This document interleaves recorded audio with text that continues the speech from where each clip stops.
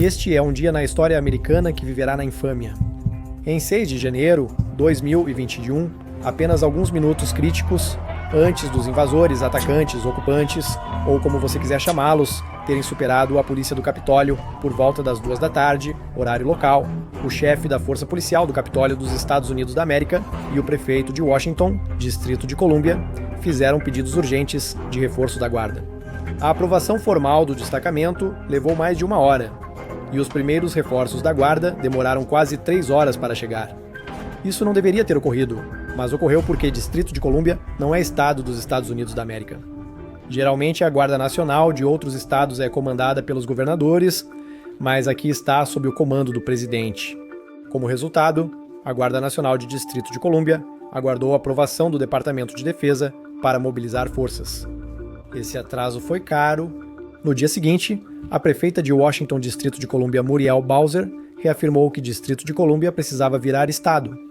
É verdade, se Distrito de Colômbia fosse um estado, o desdobramento da Guarda Nacional teria sido mais rápido, pois a autorização do Departamento de Defesa não seria necessária. Mesmo assim, essa nem é a principal razão para a maioria dos moradores de Distrito de Colômbia quererem a estadualidade.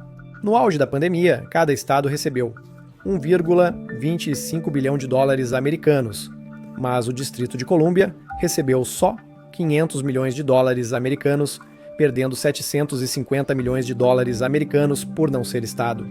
E a propósito, essa ainda não é a principal razão pela qual os residentes estão lutando pela estadualidade. Se você já esteve em Distrito de Colômbia, provavelmente viu as palavras tributação sem representação ou algo parecido em camisetas, anúncios e nas placas de carro de Distrito de Colômbia. Sim, o design padrão da placa de licença de Washington, Distrito de Colômbia, apresentou alguma forma do slogan tributação sem representação. As placas do carro presidencial de Barack Obama e Bill Clinton também exibiam o slogan: é isso que os moradores de um dos distritos que mais pagam impostos querem, representação no Congresso e direito à autogovernança. Distrito de Colômbia foi criada como sede do governo e capital política dos Estados Unidos, da América Livre, da influência de estados, segundo o Congresso. O Congresso selecionou áreas de Maryland e Virgínia para formar a capital dos Estados Unidos da América. Distrito de Colômbia virou capital para evitar influências no governo, dando jurisdição exclusiva ao Congresso e quase nenhum direito de voto aos moradores. Nem para presidente, senador ou representante. Porém, os residentes não aceitaram. Houve protestos e projetos de lei depois, mas nenhum foi aprovado. Séculos depois, os moradores de Distrito de Colômbia puderam votar para presidente graças à 23ª emenda em 1961, participando da eleição pela primeira vez em 1964. O distrito só teve um delegado sem direito a voto na Câmara, nunca sendo representado no Congresso. Nesse período, os moradores de Distrito de Colômbia passaram a pressionar pela estadualidade, considerada por muitos um direito constitucional pelo artigo 4 da Constituição. Para virar estado, um território precisa cumprir vários requisitos. Um território só pode virar estado se não estiver dentro de outro estado. Se for, o estado que vai ceder deve consentir. Distrito de Colômbia está tudo bem nesse aspecto, pois é um distrito que não está dentro de nenhum estado. O segundo requisito é que os cidadãos do território devem pedir a estadualidade. Distrito de Colômbia também já cumpre isso. Em 2016, houve um referendo e 86% dos residentes votaram a favor da estadualidade. O terceiro é que o território deve ter população e recursos suficientes para sustentar um governo estadual e contribuir de forma justa ao governo federal. Distrito de Colômbia também cumpre este requisito. Tem população maior que Vermont e Wyoming, e os moradores de Distrito de Colômbia pagam mais impostos federais por pessoa do que qualquer estado. Com todos os requisitos cumpridos, o que vem a seguir? O processo para virar estado exige criar uma constituição e obter a aprovação dos moradores, do Congresso e do presidente nessa ordem. Distrito de Colômbia geralmente passa pelas etapas iniciais de elaboração e ratificação de uma constituição, mas é rejeitado pelo Congresso. Distrito de Colômbia é um distrito historicamente democrata, por isso os democratas no Congresso apoiam sua estadualidade, já que isso garantiria 2 senadores democratas a mais.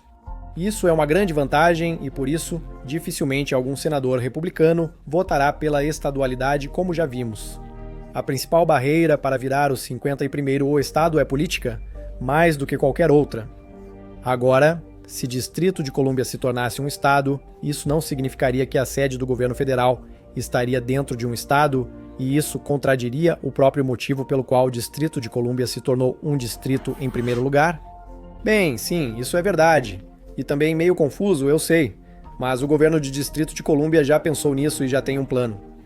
Veja este mapa. A área central esculpida terá a Casa Branca, Suprema Corte Federal e outros escritórios, chamada Capitólio. Estará sob jurisdição exclusiva do Congresso. O restante será Washington, Distrito de Colômbia, mas o Distrito de Colômbia não representará mais o Distrito de Colômbia.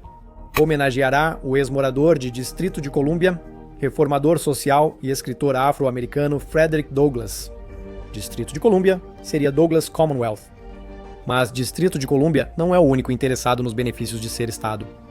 A 1.500 milhas ao sul de Distrito de Colômbia está outro território que está lutando para colher todos os benefícios que vêm com o status de Estado, Porto Rico. Em 1898, os Estados Unidos da América venceram a Guerra Hispano-Americana e adquiriram as ilhas de Porto Rico.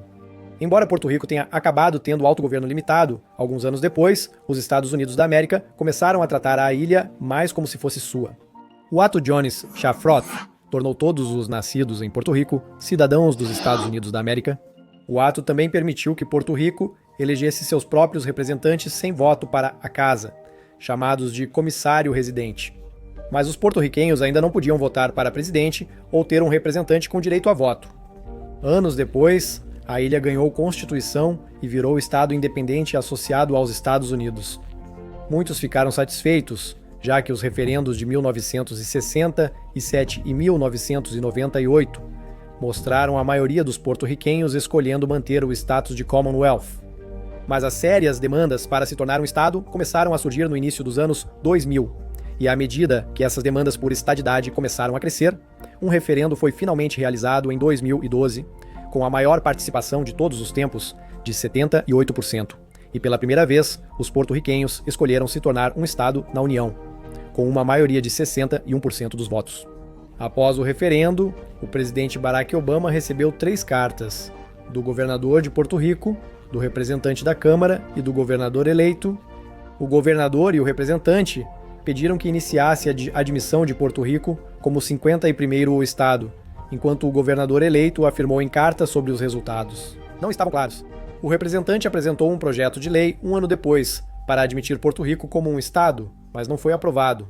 Houve outros 2 referendos, em 2017 e 2020. No referendo de 2017, 97% votaram pela estadualidade, porém só 23% participaram. O resultado foi exagerado e alegaram boicote. A de 2020 é bem mais confiável, com 54% de participação e 52% votando pela estadualidade. A estadualidade de Porto Rico está mais distante que a de Distrito de Colômbia, pois os porto-riquenhos não demonstraram entusiasmo claro em virar estado. Os 3 últimos referendos tiveram maioria pró-estadualidade, mas a baixa participação dificulta saber se a maioria dos porto-riquenhos realmente prefere isso. Além disso, interesses políticos serão afetados se Porto Rico virar estado.